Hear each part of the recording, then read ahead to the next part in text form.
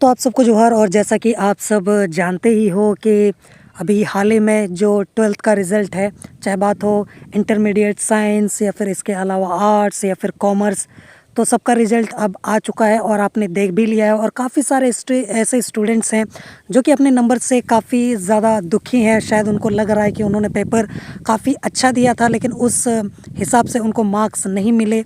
तो उनके लिए बहुत ही ज़्यादा सुनहरा मौका यहाँ पर आ चुका है। जैसा कि यहाँ पर आप, अगर मैं आपको दिखाऊं तो आपको स्क्रीन पर यहाँ पर नोटिस देखने को मिल जाएगा। पर एक चीज़ हमेशा याद रखना कि अगर आपको ऐसा लग रहा है कि आपका जो पेपर है वो काफ़ी ज़्यादा अच्छा गया है, ठीक है, और उस वजह से आप ये सोचते हो कि मेरा मार्क्स शायद ज़्यादा आना चाहिए था लेकिन यहाँ पर कम आ चुका है, और उसी के कॉन्फिडेंस को लेकर अगर आप अप्लाई करते हो रीचेकिंग के लिए, और मान लो कि अगर वो थोड़ा सा ढंग से चेकिंग करते हैं और क्या पता पहले आपके अच्छे मार्क्स आए हों, ठीक है, 70-80 या फिर उससे ऊपर, लेकिन जब आप रीचेकिंग कराते हो तो वो काफ़ी ध्यान से चेक करते हैं और हो सकता है कि गुस्से में या फिर वो चेक करने के दौरान उनको मिस्टेक्स वगैरह दिख जाएं। तो जहां आपको मार्क्स ज़्यादा मिलने चाहिए थे वहां क्या पता आपको जितना मिले है, जितना नंबर मिले हैं उससे भी आपको हाथ धोना पड़ जाएगा। तो अगर आप अप्लाई करते हो, ठीक है, अगर आपको ऐसा लगता है कि आपके मार्क्स कम आए हैं, आपको ज़्यादा मिलना चाहिए था, आप डिज़र्व करते हो और आपने उस हिसाब से पेपर भी दिया है, तो आप अप्लाई करो, कोई दिक्कत की बात नहीं है अगर जान पर बन आई हो। लेकिन अगर आपको मतलब मार्क्स भी अच्छे मिले हैं और आपके जो परसेंटेज है वो भी अच्छा खासा आया हुआ है, तो ज़बरदस्ती मत करो यार। ये सब चीज़ जो मिला है आपको वो भी आपके हाथ से चला जाएगा, तो वैसा मत करो। खैर, अब जो स्टूडेंट फेल हो गए हैं 12th में, जो भी उन्होंने एग्ज़ाम लिखा और वो अपने मार्क्स से खुश नहीं है, उनको ऐसा लग रहा है कि मैंने जो एग्ज़ाम लिखा है वो काफ़ी अच्छा लगा था, जो स्टूडेंट या फिर सेकेंड डिवीज़न आए हैं या फिर फेल हो चुके हैं, तो आप यहाँ पर चेकिंग करा सकते हो।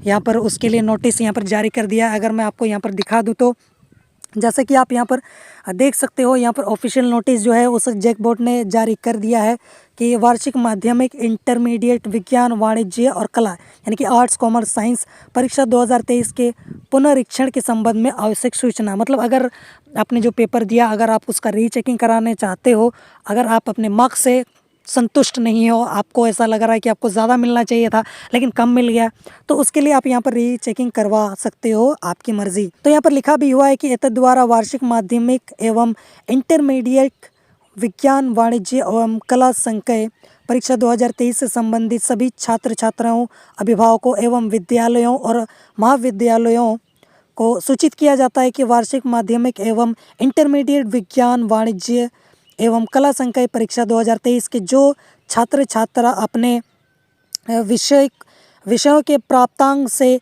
संतुष्ट नहीं है, वे स्क्रूटनी मतलब जो उनका सब्जेक्ट है, ठीक है, रीचेकिंग के लिए आवेदन कर सकते हैं। और वो कब से कब आवेदन कर सकते हैं तो आप यहाँ पर क्लियरली देख सकते हो कि यहाँ पर 6 जून 2023 से लेकर 21 जून 2023 के बीच में आप चाहो तो झारखंड की जो ऑफिशियल वेबसाइट है jek.jharkhand.gov.in पर आप यहाँ पर अप्लाई कर सकते हो। बस आपको एक ऑनलाइन फॉर्म भरना पड़ेगा। अब यहाँ पर उस फॉर्म को भरने के समय आपको क्या क्या ध्यान देना है उस चीज़ को भी आप देख लीजिए। तो यहाँ पर साफ साफ यहाँ पर लिखा गया है कि परिषद के वेबसाइट पर जो रीचेकिंग के लिए अगर आप अप्लाई करते हो तो यहाँ पर आपको उसके लिए कुछ पैसे भी भरने पड़ेंगे, और वो कोई छोटा मोटा अमाउंट नहीं है। यहाँ 1000 रुपया का फॉर्म फिलअप करने में इंसान की जान निकल जाती है, तो यहाँ पर सिर्फ रीचेकिंग करने के लिए जो अमाउंट हमें देखने को मिल रहा है वो भी कम नहीं है।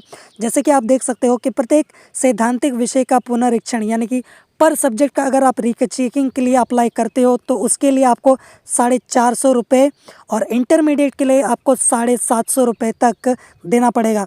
अगर आप 10th का आपने इस साल एग्ज़ाम दिया है और जो रिज़ल्ट निकल कर आया है उससे आप बिल्कुल भी सेटिस्फाइड नहीं हो, जो कि आपको हाल ही में देखने को मिला भी, तो यहाँ पर आप उसके लिए अप्लाई कर सकते हो। लेकिन याद रखना कि 5 या 6 सब्जेक्ट होते हैं टोटल 10th में, तो यहाँ पर एडिशनल को मिला के टोटल 6 सब्जेक्ट, तो आप किसी का एक का भी चेक करवाते हो तो रीचेकिंग के लिए आपको 450 रुपये देने पड़ेंगे। तो आप 5 से 6 सब्जेक्ट का आप हिसाब कर लो, अगर आप सब सब्जेक्ट का चेक करवाना चाहते हो तो उसके लिए आपको कितना देना पड़ेगा। इसके अलावा अगर आपने ट्वेल्थ का एग्ज़ाम दिया है और जो रिज़ल्ट निकल कर आया है ट्वेल्थ बोर्ड का, आप उससे सेटिस्फाइड नहीं हो, तो उसके लिए आपको 750 रुपये देना पड़ेगा एक सब्जेक्ट का। और यहाँ पर आप देख सकते हो कितने सारे सब्जेक्ट होते हैं, कम से कम 5 सब्जेक्ट। तो 5 सब्जेक्ट में अगर आप एक सब्जेक्ट का भी लेकर चलो तो 750, और अगर आप 2 सब्जेक्ट का भी लेकर चलते हो तो यहाँ पर बहुत ही ज़्यादा हेवी अमाउंट यहाँ पर हो जाएगा। तो अप्लाई कर रहे हो थोड़ा सोच समझ के, क्योंकि जेब आपकी ढीली हो सकती है। इसके अलावा यहाँ पर आगे बोला गया है कि रीचेकिंग मात्र सैद्धांतिक परीक्षा अर्थात उत्तर पुस्तिका के माध्यम से आयोजित परीक्षा के लिए ही मान्य होगा। ओएमआर प्रैक्टिकल या फिर इंटरनल असाइनमेंट जो है में प्राप्त अंकों की स्क्रूटनी पर विचार नहीं किया जाएगा। मतलब आपकी जो ओएमआर सीट है, इस बार तो 40 मार्क्स का ओएमआर और 40 मार्क्स का सब्जेक्टिव था ना, तो यहाँ पर जो ओएमआर जो आपने दिया 40 मार्क्स का, या फिर इसके अलावा जो 20 मार्क्स का कॉलेज की तरफ से अभी आपको जो भी मार्क्स मिले हैं, ठीक है, तो उस पर कोई भी विचार नहीं किया जाएगा। जो आपको मिला है आपको वही रहेगा, उस पर कोई भी बदलाव नहीं होगा। हाँ, अगर मतलब यहाँ पर जो आपने 40 मार्क्स का जो सब्जेक्टिव एग्जाम दिया था, ठीक है, उस पर देखा जाए तो कुछ विचार हो सकता है, कुछ देखा दर्शन किया जाएगा। उसके अलावा यहाँ पर अगर आप कुछ दया माया का विचार कर रहे हो कि हमको कुछ कर दिया जाएगा, तो ऐसा बिल्कुल भी नहीं होगा। और भी काफ़ी सारी चीज़ें जो शायद गौर करने लायक होंगी। तो यहाँ पर अंदर के पृष्ठों में नियोजित अंक अगर मुख्य पृष्ठ पर अंकित नहीं है तो उसे अंकित कर दिया जाएगा।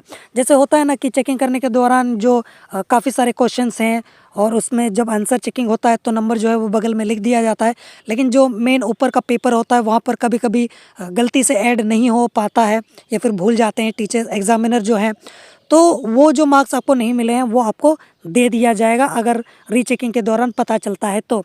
इसके अलावा अगर कोई प्रश्न उत्तर बिना मूल्यांकन के रह गया हो तो उसका मूल्यांकन किया जाएगा। मान लिया कोई क्वेश्चन है जिसका आंसर आपने लिखा भी था, लेकिन उसको जल्दबाजी में एग्जामिनर जो है उन्होंने उसको चेक ही नहीं किया, देखा ही नहीं, तो रीचेकिंग के दौरान उसको भी चेक कर लिया जाएगा और उसका नंबर जो है उसको ऐड कर दिया जाएगा। अंकों का योग अगर सही नहीं है तो उसमें भी सुधार किया जाएगा। मतलब जितने भी सारे क्वेश्चंस थे और उसमें जो भी आपने आंसर दिया उसके बेसिस पे जो भी आपको मार्क्स मिला और उसको जोड़ने घटाने में अगर कोई मिस्टेक हुई है तो उस पर भी यहाँ पर सुधार किया जाएगा। इसके अलावा जो रीचेकिंग के लिए आवेदन देने वाले छात्रों को स्पष्ट किया जाता है कि रीचेकिंग के तहत मूल्यांकित प्रश्नों का पुनः मूल्यांकन नहीं किया जाएगा। कहने का मतलब ये है कि आपने एक बार अप्लाई किया और वो चेकिंग होके आपको जो मार्क्स वगैरह हैं वो आपको बता दिए गए हैं कि ऐसा ऐसा दिया था आपने पेपर और उस पर आपको इतने मार्क्स मिले, क्योंकि पेपर तो आपको दिया नहीं जाएगा या फिर दिखाया भी नहीं जाएगा, सिर्फ आपको जो है रीचेकिंग करके आपको बताया जाएगा कि पहले ऐसा था, अब यहाँ हमने चेक कर लिया, अब आपको इतना मार्क्स मिला है। लेकिन अगर आप फिर से अप्लाई करते हो रीचेकिंग के लिए कि नहीं मुझे गड़बड़ लग रहा है ये वो, तो दोबारा रीचेकिंग नहीं किया जाएगा। एक बार आपको जो चेक करके दे दिया गया उसके बाद आपको दोबारा रीचेकिंग नहीं किया जाएगा। तो कुछ डिटेल्स थी। तो अगर आप फेल हो चुके हैं एग्ज़ाम में या फिर आपके कम मार्क्स आए हैं और आपको लगता है कि आप ज़्यादा डिज़र्व करते हो या फिर चेकिंग करने में गड़बड़ी हुई है तो आप अप्लाई कर सकते हो। तो जो भी सारी बातें हैं जो कि ऑलरेडी मैंने आपको यहाँ पर बता दिया है, तो उस चीज़ पर आपको ध्यान ज़रूर रखना है। जोहार।